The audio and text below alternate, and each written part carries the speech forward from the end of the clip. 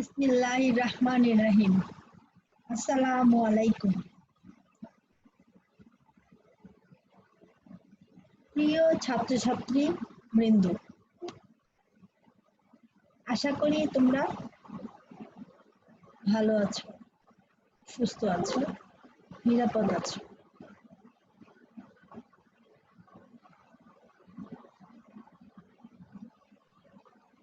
সমাজকর্ম BSS honours দ্বিতীয় বর্ষের শিক্ষার্থীদের অনলাইন পাঠ পরিক্রমায়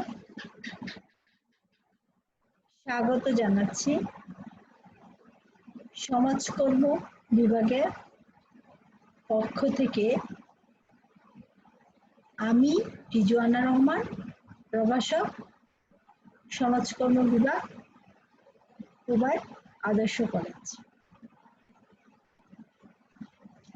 আজকে আমরা যে বিষয়টি নিয়ে আলোচনা করব সে বিষয়ে পেপার কোড হচ্ছে 22-21-01 আর paper title human biology, growth and development, মানবীয় জীববিজ্ঞান, বৃদ্ধি ও বিকাশ। অধ্যায় 4, রোগ ও বৈকল্যসমূহ, ডিজিজ অর ডিসঅর্ডার।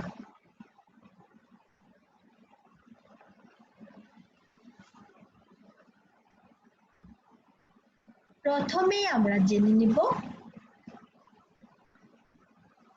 সিজোফ্রেনিয়া কি।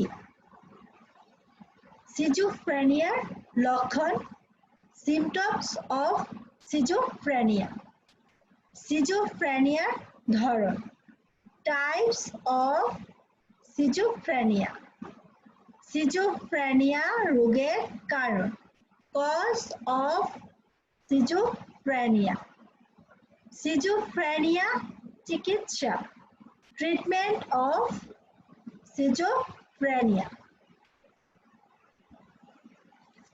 লক্ষ্য করো শিক্ষার্থীরা,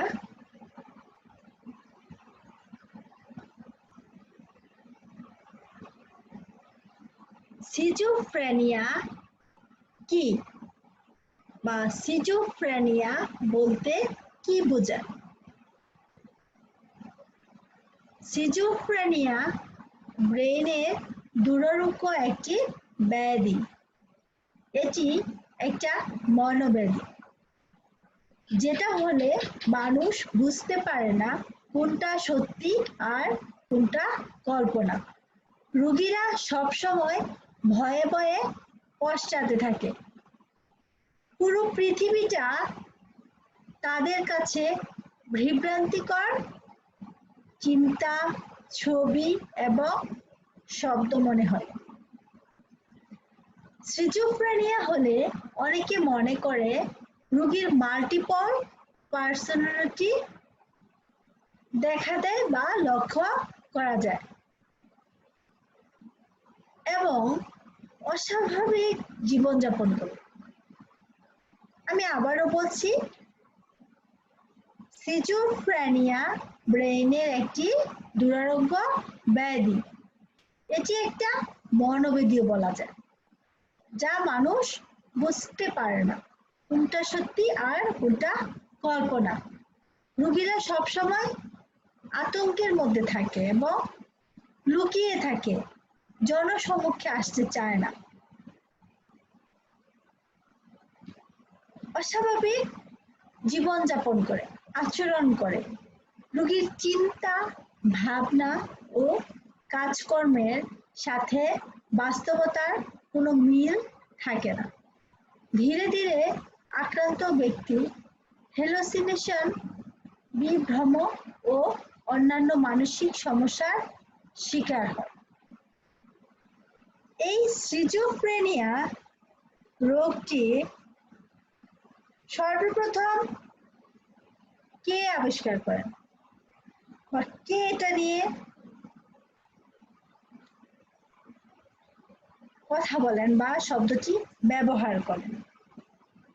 বেলজিয়ামের চিকিৎসক মোরেল 1860 সালে সর্বপ্রথম এ ধরনের রোগের কথা বলেন এবং তিনি এটিকে ডিমেন্স প্রিকোসি শব্দ ব্যবহার করেন। সর্বপ্রথম কে?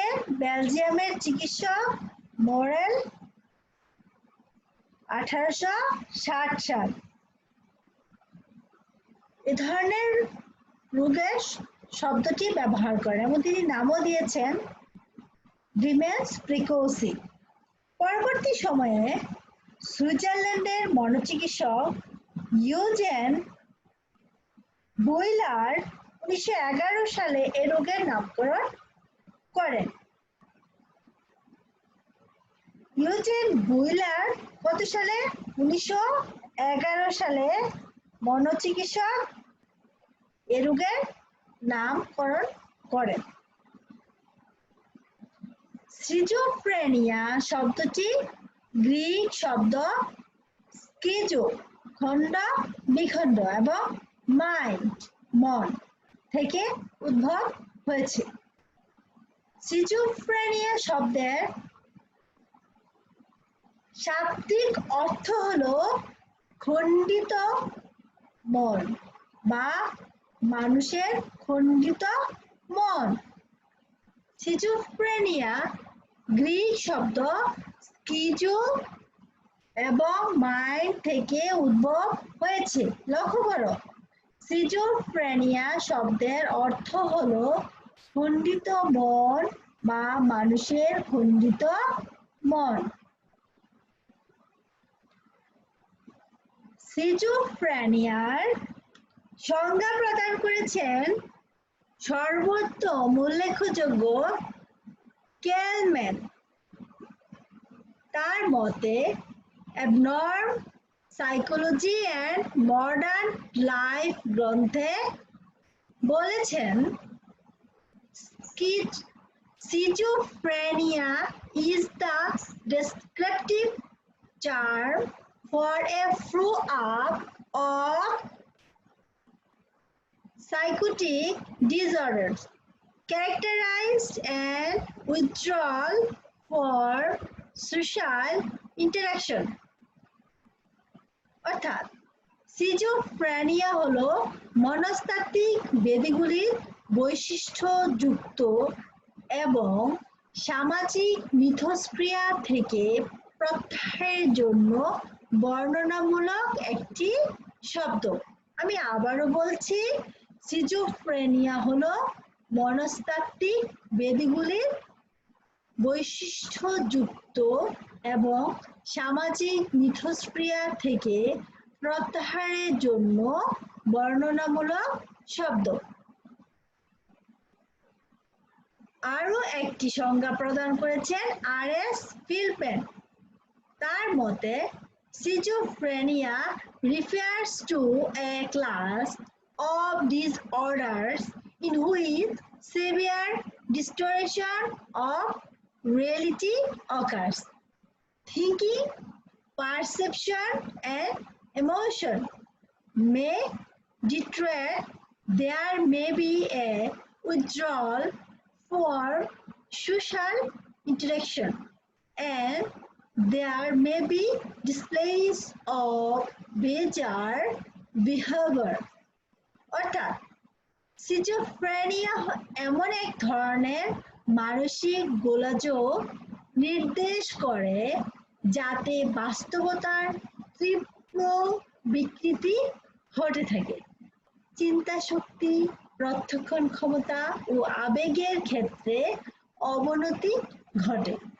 সামাজিক ক্রিয়া প্রতিক্রিয়া থেকে ব্যক্তি নিজেকে গুটিয়ে নেয় এবং উদ্ভট আচরণ প্রদর্শন করে থাকে। আমি আবারও বলছি, একটু লক্ষ্য করো, সিজোফ্রেনিয়া এমন এক ধরনের মানসিক গোলযোগ নির্দেশ করে যাতে বাস্তবতার তীব্র বিকৃতি ঘটে থাকে। চিন্তাশক্তি, প্রত্যক্ষণ ক্ষমতা ও আবেগের ক্ষেত্রে অবনতি ঘটে। সামাজিক ক্রিয়া প্রতিক্রিয়া থেকে ব্যক্তি নিজেকে গুটিয়ে নেয় এবং উদ্ভট আচরণ প্রদর্শন করে থাকে। এখন আমরা আলোচনা করব সিজোফ্রেনিয়ার লক্ষণ। এখানে লক্ষ্য করো, তোমরা দুটি ছবি দেখতে পাচ্ছ। সিজোফ্রেনিয়ার রোগে যে ধরনের লক্ষণগুলো দেখা দেয় সেগুলোর স্থির চিত্র হিসেবে আমি এখানে উপস্থাপন করেছি দুটো ছবি।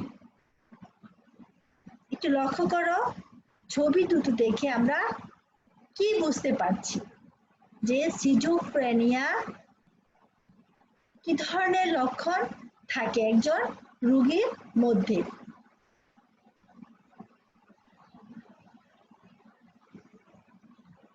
সিজোফ্রেনিয়ার লক্ষণগুলোর মধ্যে আমরা লক্ষ্য করছি চিন্তা ও কথার বিকৃতি। চিন্তা ও কথার বিকৃতি। সিজোফ্রেনিয়া আক্রান্ত রোগীর প্রথম লক্ষণই হচ্ছে কি? চিন্তা ও কথার বিকৃতি। বাস্তবতা ও পরিবেশ সম্পর্কে অনাগ্রহ। চিন্তা ও কথার বিকৃতি বলতে আমরা কি বুঝি? সিজোফ্রেনিয়া আক্রান্ত রোগীর চিন্তা ও কথায় কোনো সামঞ্জস্য থাকে না। তাদের চিন্তাকে উদ্ভটভাবে ব্যাখ্যা করে থাকে। কখনো অল্প কথা বলে, আবার কখনো নির্বাক হয়ে তাকিয়ে থাকে। বাস্তবতা ও পরিবেশ সম্পর্কে অনাগ্রহ।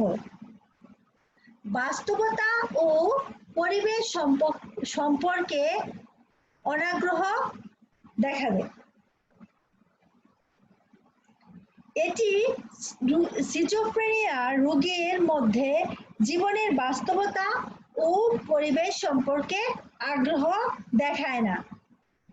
রোগীর যে কোনো ঘটনায় হাসি কান্না সুখ দুঃখ কিছুই তার মনে কি করে না, প্রভাব বিস্তার করে না। আবেগীয় জটিলতা। সিজোফ্রেনিয়া রোগীদের মধ্যে আবেগের ক্ষেত্রে খুব জটিলতা তৈরি হয়। তারা আবেগ বর্জিত আচরণ করে। কোনো নাটকীয় ঘটনা ঘটলেও তারা আবেগে তাড়িত হয় না। কাজ করার ক্ষমতা হ্রাস। সিজোফ্রেনিয়া আক্রান্ত রোগীদের মধ্যে কাজ করার ক্ষমতা ধীরে ধীরে হ্রাস পায়। এমনকি খাওয়া দাওয়া, পান করা, পায়খানা প্রস্রাব করতেও তারা অক্ষম হয়ে পড়ে। সামাজিকভাবে অগ্রহণযোগ্য। সিজোফ্রেনিয়া রোগীরা একসময় সামাজিকভাবে গ্রহণযোগ্যতা হারায়। তারা সমাজের বোঝা হয়ে দাঁড়ায়। ফলে তাদের দক্ষতা ও সহযোগিতা ধীরে ধীরে লোপ পায়।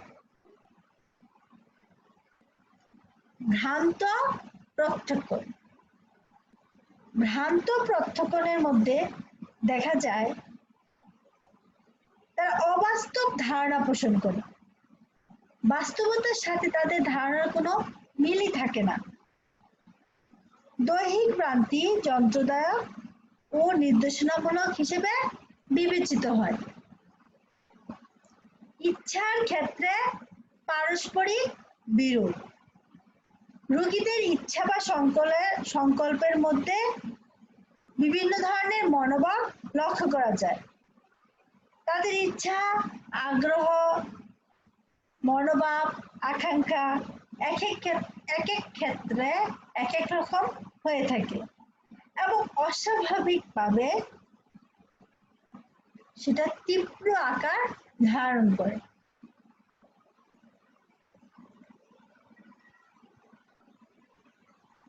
প্রত্যক্ষণমূলক সমস্যা রোগীদের মধ্যে স্বাভাবিকভাবে প্রত্যক্ষণ করতে পারে না।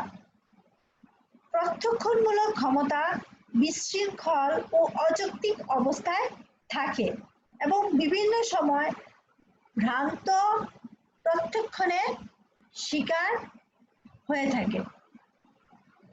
আত্মকেন্দ্রিক সিজোফ্রেনিয়া আক্রান্ত রোগীরা নিজেদের গুটিয়ে রাখে, অর্থাৎ তারা আত্মকেন্দ্রিক হয়, ফলে তারা বাস্তব জগৎ থেকে বিচ্ছিন্ন থাকে, কারোর সঙ্গে মিশতে চায় না, কথাবার্তার মধ্যে অসংলগ্ন দেখা দেয়।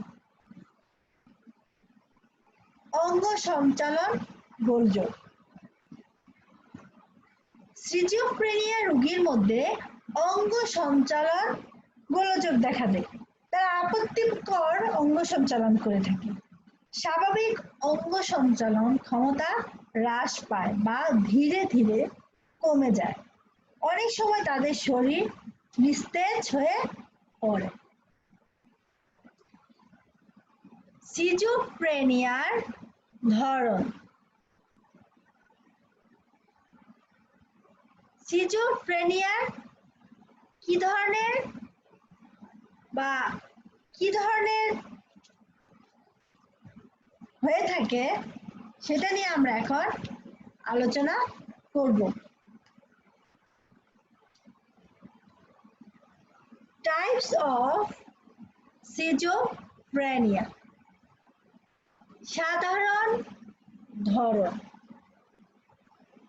সিম্পল টাইপ সিজোফ্রেনিয়ার মধ্যে সিম্পল টাইপগুলো আবার লক্ষ্য করা যায়। এসব রোগী শরীরের যত্ন নিয়ে মাথা কামায় না, অনীহা অস্থিরতা জীবনের প্রতি স্পৃহা থাকে না, তারা অন্যের আদেশ উপদেশ অনুরোধ মানতে চায় না, যখন যা খুশি তাই করে থাকে নিজের ইচ্ছে মতো। তবে বয়ঃসন্ধিকালে বা বয়ঃসন্ধিক্ষণে এ রোগ বেশি হয়। দীর্ঘদিন এ রোগে ভুগলে রোগীর চিন্তা দ্বারা বিশৃঙ্খলা হয়ে থাকে। অসংগঠিত ধরন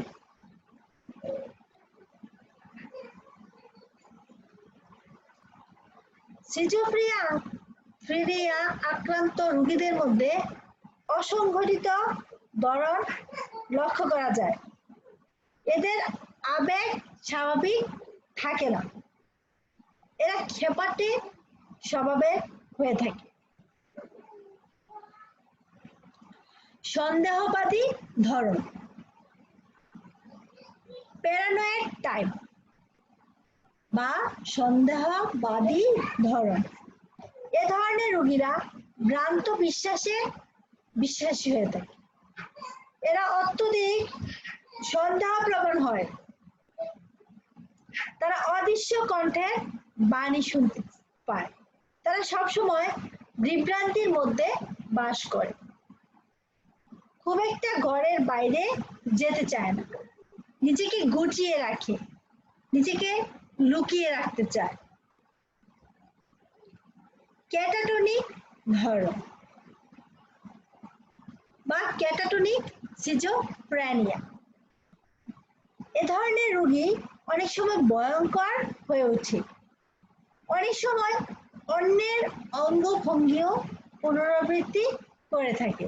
তারা ঘন্টার পর ঘন্টা দাঁড়িয়ে থাকতেও দ্বিধাবোধ করে না, এমনকি নিজেকেও আঘাত করে। আবার কখনো কখনো উত্তেজিত অবস্থায় দেখা যায়। লক্ষ্য করো শিক্ষার্থীরা, তারা মনে করে নড়াচড়া করলে পৃথিবী ধ্বংস হয়ে যাবে। এ ধরনের চিন্তা ভাবনাগুলো সিজোফ্রেনিয়া আক্রান্ত রোগীদের মধ্যে দেখা দেয়। শৈশবকালীন ধরন, চাইল্ডহুড টাইপ। শৈশবকালীন সময় বা শিশুকালে সিজোফ্রেনিয়া আক্রান্ত হলে তাকে শৈশবকালীন সিজোফ্রেনিয়া বলে। এই রোগে আক্রান্ত শিশুদের ব্যক্তিত্বের বিকাশ ব্যবহৃত হয়, আত্মসচেতনতা বোধ লোপ পায় এবং আদর্শ মেনে চলার সমস্যা দেখা দেয়। তাহলে আমরা আবারও বলছি যে শৈশবকালে এই সিজোফ্রেনিয়া রোগটি বেশি দেখা দিয়ে থাকে। অচিহ্নিত ধরন, আনডিফারেন্টিয়েটেড টাইপ।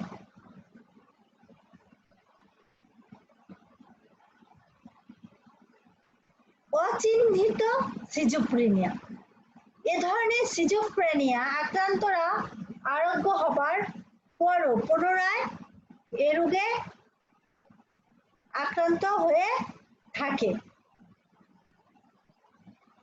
রোগীর মধ্যে উপস্থিতি থাকলেও লক্ষণসমূহ সবসময় একই থাকে না।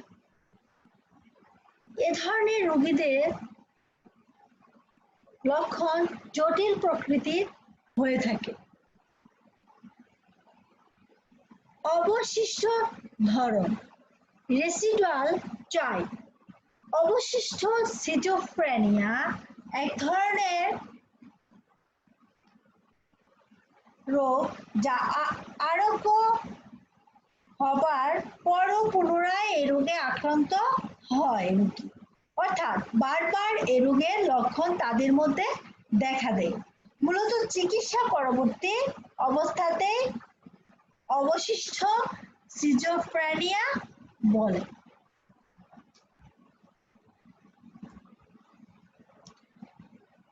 এখন আমরা জানব সিজোফ্রেনিয়া রোগের কারণ, কজ অফ সিজোফ্রেনিয়া। প্রথমে আমরা লক্ষ্য করছি একটি সিজোফ্রেনিয়া রোগীর ছবি। ছবিতে আমরা কি দেখছি, যে একজন রোগী, তার আশেপাশে সবাই তাকে কি করছে, ডাকছে, হাতছানি দিচ্ছে, এরকমটা, তাই না? এখানে লক্ষ্য করো শিক্ষার্থীরা, এই সিজোফ্রেনিয়া রোগের কারণ কি, কারণে এই রোগে আক্রান্ত হয়।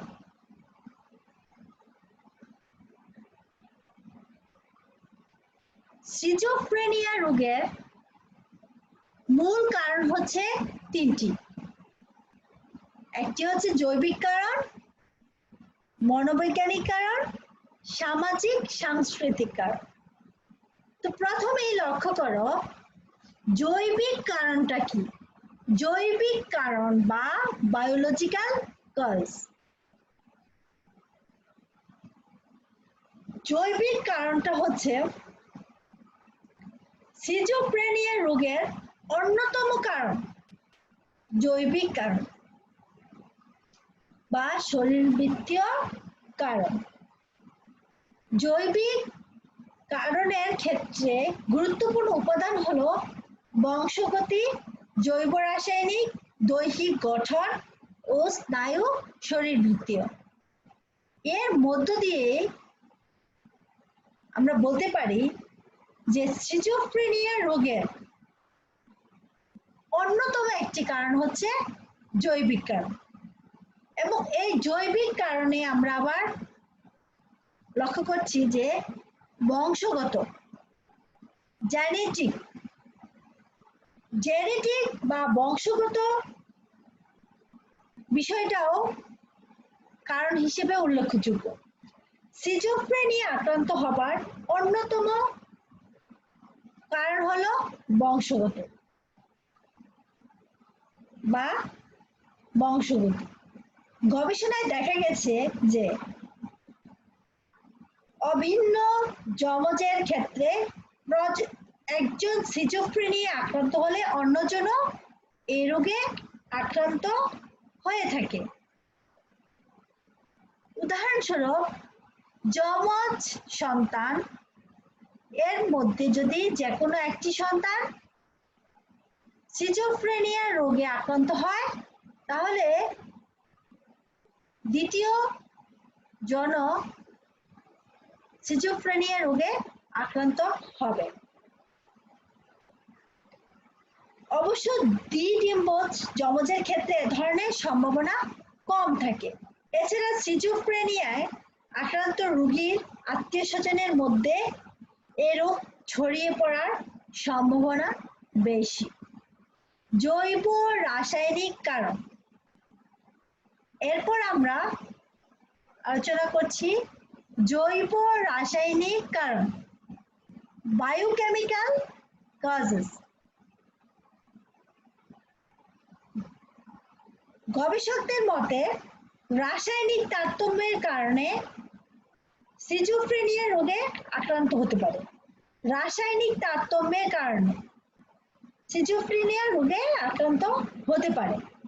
মস্তিষ্কের ডোপামাইন ট্রান্সমিটার পদার্থের অতিরিক্ত সক্রিয়তার কারণে ব্যক্তি সিজোফ্রেনিয়ায় আক্রান্ত হয়ে থাকে।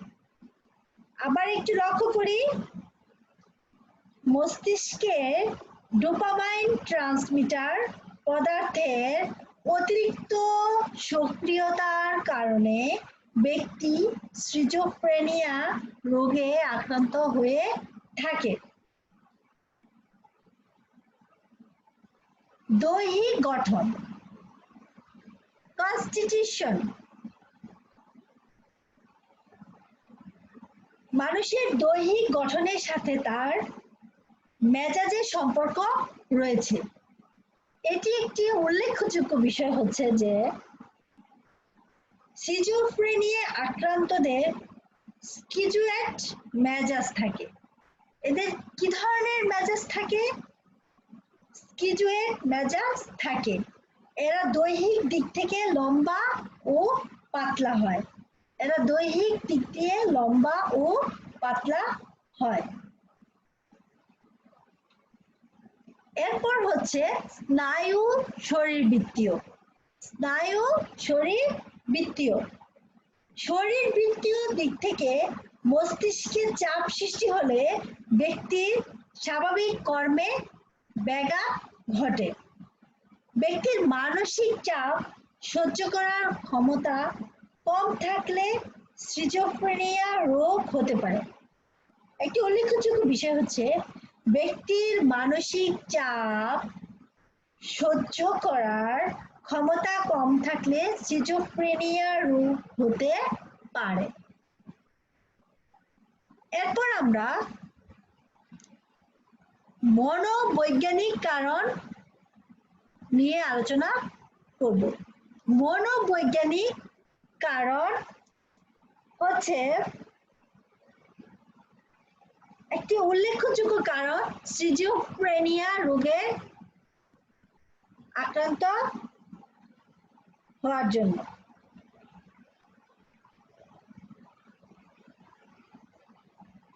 সিজোফ্রেনিয়া রোগ বিস্তারের ক্ষেত্রে মনোবৃত্তীয় কারণকে দায়ী করে। হতাশা ও দ্বন্দ্ব ব্যক্তির ব্যক্তিত্বকে দ্বিখণ্ডিত করে ফেলে এবং ব্যক্তি সিজোফ্রেনিয়া রোগে আক্রান্ত হয়ে থাকে। মনোবৃত্তীয় কারণের আবার কিছু উল্লেখযোগ্য দিক রয়েছে, সেগুলো আমরা একটু লক্ষ্য করে দেখি। ত্রুটিপূর্ণ ব্যক্তিত্ব।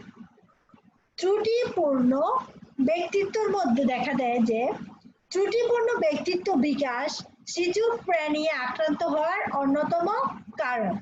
শিশুর সামাজিকীকরণে ত্রুটি থাকলে শিশুকালে সে সিজোফ্রেনিয়া রোগে আক্রান্ত হয়।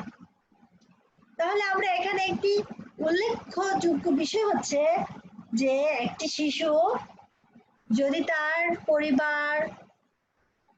পরিবারে সামাজিকীকরণ ত্রুটি থাকে তাহলে শিশুকালে সেই শিশুটি সিজোফ্রেনিয়া রোগে আক্রান্ত হয়ে যেতে পারে। মনোবৃত্তীয় পীড়ন হচ্ছে আরেকটি কারণ সিজোফ্রেনিয়া রোগে আক্রান্ত হওয়ার।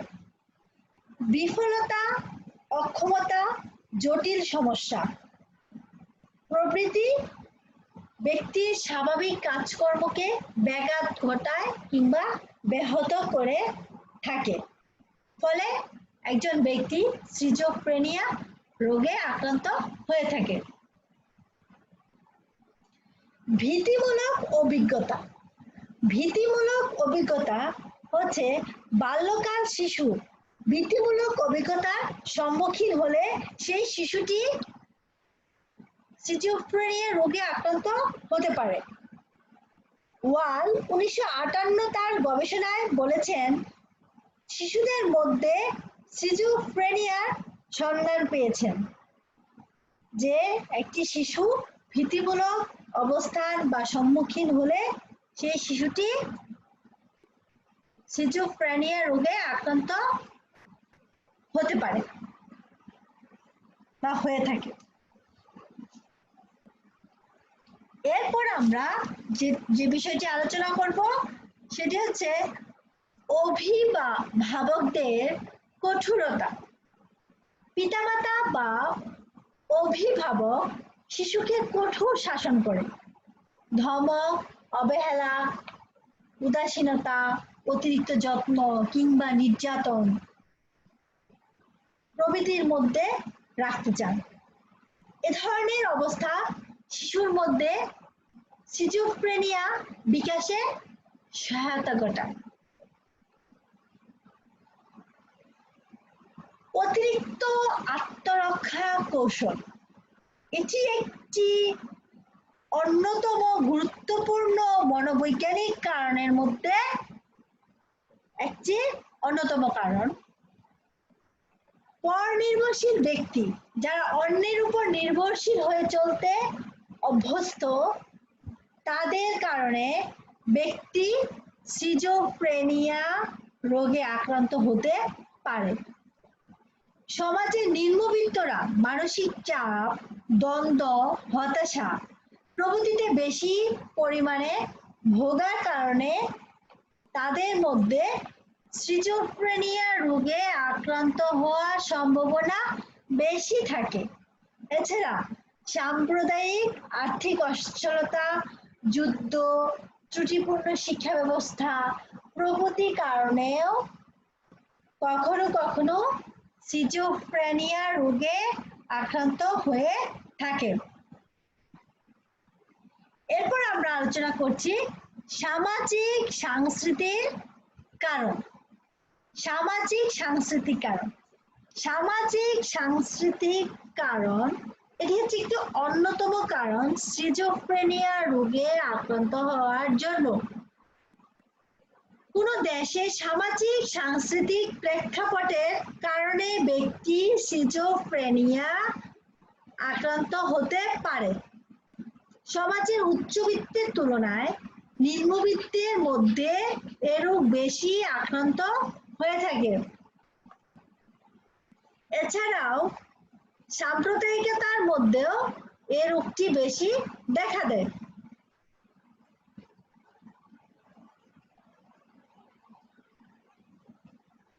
সিজোফ্রেনিয়া চিকিৎসা ট্রিটমেন্ট অফ সিজোফ্রেনিয়া। কি ধরনের চিকিৎসা বা কি ধরনের ট্রিটমেন্ট করলে একজন সিজোফ্রেনিয়া রোগী সম্পূর্ণভাবে সুস্থ হতে পারে বা সুস্থ স্বাভাবিক জীবন যাপন করতে পারে, তা নিয়ে আমরা এখন একটু আলোচনা করব। লক্ষ্য করো শিক্ষার্থীরা, আমি আবারও বলছি যে সিজোফ্রেনিয়ার চিকিৎসা দীর্ঘমেয়াদী ও জটিল। বিশ্বের সকল দেশে এ রোগের চিকিৎসা রয়েছে। রোগ ভালো না হওয়া পর্যন্ত এদের হাসপাতালে পরিবেশে রাখা হয়। সিজোফ্রেনিয়া সম্পূর্ণ নিরাময় করা যায় না, তবে সঠিক চিকিৎসার দ্বারা এটা নিয়ন্ত্রণ করা সম্ভব। সিজোফ্রেনিয়া আক্রান্ত ব্যক্তির জীবনে যতটা সমস্যা তৈরি করে, তার পরিবার ও আশেপাশের মানুষের জন্য ঠিক ততটাই জটিলতার সৃষ্টি করে। এটি একটি জটিল ব্যাধি হলেও সঠিক চিকিৎসা, পরিবারের সাহায্য ও আন্তরিকতার সাহায্যে আক্রান্ত ব্যক্তি সম্পূর্ণ সুস্থ হয়ে উঠতে পারে। শিক্ষার্থীরা লক্ষ্য করো, আমি আবারও বলছি, সিজোফ্রেনিয়া সম্পূর্ণ নিরাময় করা যায় না, তবে সঠিক চিকিৎসার দ্বারা এটা নিয়ন্ত্রণ করা সম্ভব। সিজোফ্রেনিয়া আক্রান্ত ব্যক্তির জীবনে যতটা সমস্যা তৈরি করে, ঠিক তার পরিবার ও আশেপাশের মানুষের জন্য ঠিক ততটাই জটিলতার সৃষ্টি করে। এটি এমন একটি জটিল ব্যাধি যে সঠিক চিকিৎসা, পরিবারের সাহায্য ও আন্তরিকতার সাহায্যে আক্রান্ত ব্যক্তি সম্পূর্ণ সুস্থ হয়ে উঠতে পারে। তবে সিজোফ্রেনিয়া রোগের চিকিৎসা সম্পর্কে আমরা একটু আলোচনা করতে পারি। সেটি হচ্ছে হাসপাতালে ভর্তি। হাসপাতালে ভর্তি বা হসপিটালাইজেশন। সিজোফ্রেনিয়া আক্রান্ত রোগীর চিকিৎসা প্রথম পদক্ষেপ তাকে সংশ্লিষ্ট হাসপাতালে ভর্তি করা। হাসপাতালের পরিবেশ, রোগীর সাথে সকলের সম্পর্ক, পরিবার ও আত্মীয়তার সাথে যোগাযোগ, চিত্ত বিনোদন ব্যবস্থা প্রভৃতি হাসপাতালে চিকিৎসার ক্ষেত্রে গুরুত্ব দেওয়া হয়ে থাকে। কেমো চিকিৎসা বা কেমোথেরাপি। কেমো চিকিৎসাকে ড্রাগ চিকিৎসাও বলা হয়। বর্তমানে দু ধরনের চিকিৎসা দেওয়া হয়, যেমন ট্রান্সকুয়েলাজার্স এন্ড এনার্জিজার্স এর মাধ্যমে চিকিৎসা দেওয়া হয়। এ ধরনের ঔষধ রোগীকে সাময়িকের জন্য সুস্থ রাখে, কিন্তু এর দীর্ঘমেয়াদী সমস্যাটা থেকেই যায়। তবে অনেক রোগীর এই পদ্ধতিতে কোনো পরিবর্তন লক্ষ্য করা যায় না, বা অনেক সময় কিছুটা পরিবর্তন লক্ষ্য করা যায়। মনোসামাজিক চিকিৎসা, সাইকোসোশ্যাল ট্রিটমেন্ট।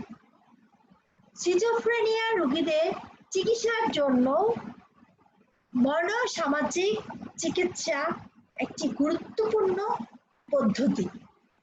এর মাধ্যমে রোগী আর্থসামাজিক দিক থেকে যথেষ্ট নিরাপত্তা পায়।